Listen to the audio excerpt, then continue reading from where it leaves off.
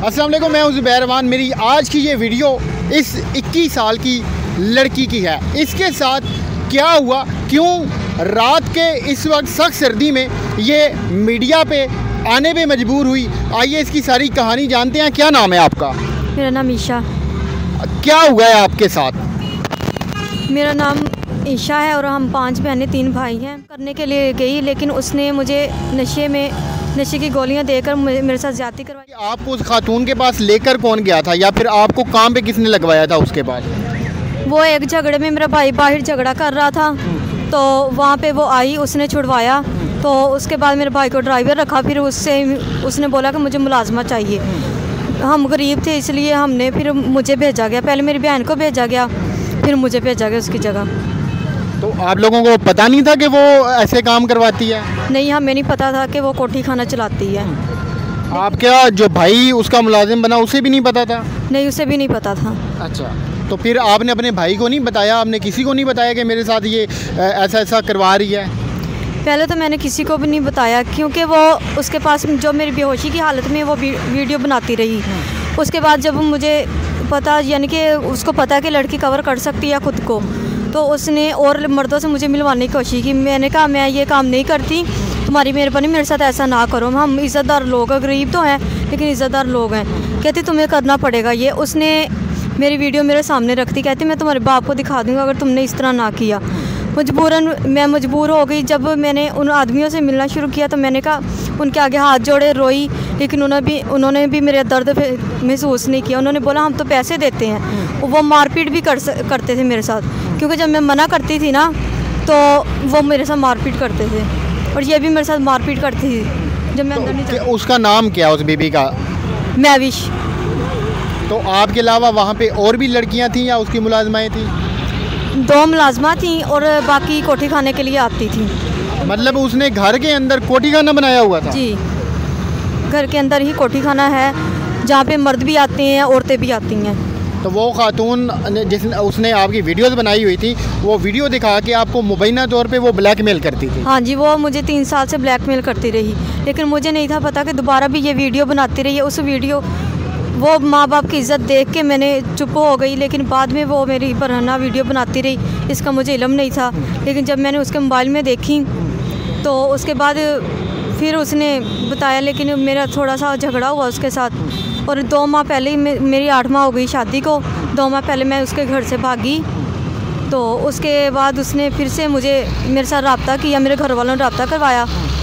जब उसने रब्ता किया तो हम यहाँ पे काला खतीम मोड़ पे आ गए, तो वो मेरे घर में आके मुझे मारपीट करके गई। मैं हामला औरत तो मेरे पेट पे टांगे मार के गई।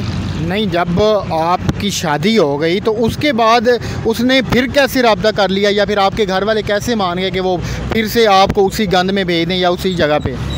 क्योंकि वो पैसे ले रहे हैं। आपके घर वाले? जी। ये देखें कि ये बेचारी बता रही है कि इसके घर वाले उस बीबी से मुबैना तौर पे पैसे ले रहे थे। उसके बाद इसको फिर से उसी गंद में फेंकने की कोशिश की गई। तब आपका खामद कहाँ था? उसने आपको नहीं रोका? जब उसने मेरे साथ मारपीट की तो मेरे खामद ने पूछा ये क्यों कर रही हो, तो उसने बोला ये मेरे कोठी खाने पे काम करती थी। उसने मेरी वीडियो मेरे खामद को दिखा दी। तो उसके बाद मेरे खामद ने बोला पहले तो ये जो भी था हुआ, लेकिन अब मैं इसके साथ कुछ भी नहीं होने दूंगा। ये मेरी गैरत है, मेरी इज़्ज़त है। अब तुम जो भी कर लो, मैं इसको तुम्हारे पास नहीं आने दूंगा। लेकिन उसने मेरे खामद को जब वीडियो दिखाई तो क़यामत मेरे पे उठी, और बाहर भी उसने सारी वायरल की, मेरे बाप को, मेरी माँ को, सबको दिखाई, और नेट भी वो यानी कि सेल कर रही है वीडियो मेरी। अल्लाह, ये देखें कि ये बच्ची बता रही है कि इसकी जो मुबैना तौर पे वीडियोस बनाई गई हैं वल्गर किस्म की, उनको वो औरत सेल भी कर रही है। तो आप पुलिस के पास नहीं गई? आप FIA या फिर जो दीगर हमारे इदारे हैं, आप उनके पास क्यों नहीं गई? मैं गई थी 27 दिसंबर को उसने मेरे घर में आकर रेड किया, मुझे मारा पीटा, दोबारा मुझे अगवा करने की कोशिश की, ज़बरदस्ती करने की कोशिश की। लेकिन फिर उसने मेरे साथ, तो मैं 17 दिसंबर को गई वो IG ऑफिस। मैं उधर गई तो उधर उन्होंने IG ने खुद सुना मुझे, और उसके बाद मेरी एप्लीकेशन उधर DPO के पास फॉरवर्ड हुई। जब उधर से मेरी एप्लीकेशन गई तो इधर फिरोज़वाला थाना उसके पास फॉरवर्ड हुई। जब शाह फैसल SHO ने फॉरवर्ड यानी कि हम जाने लगते थे उसके पास फॉरवर्ड रूट,